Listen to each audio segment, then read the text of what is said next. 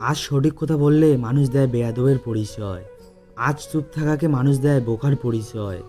আজ সত্য বলাকে মানুষ দেয় মিথ্যাবাদীর পরিচয়। আজ মানুষ তাকেই সম্মান করে যে তাদের মন জয়ী মিথ্যা গল্প বলতে পারে। আজ যোগ্যতার শক্তি মানেই অর্থ সম্পদের শক্তিকেই বোঝানো হয়। আজ টাকার ওজন মেপেই সম্মান মাপা হয়। আজ মানুষ বুঝে বিবেক দেখানো হয়। আজ কেউ কাউকে সাহায্য করতে গেলে আগে নিজের স্বার্থের সাথে পরামর্শ করে। আজ কেউ কাউকে আর বিশ্বাস করতে চায় না। কি করে তারা বিশ্বাস করবে? তখন তারা নিজেকেই বিশ্বাস করতে ভয় পায়। আজ মনুষ্যত্ব কথাটা শুধুমাত্র বইয়ের মধ্যেই পাওয়া যায়। কেউ কাউকে ভুল করে মনুষ্যত্বর কথা স্মরণ করায় না। কি করে করাবে যখন তার মনুষ্যত্বকেই হারিয়ে ফেলেছে?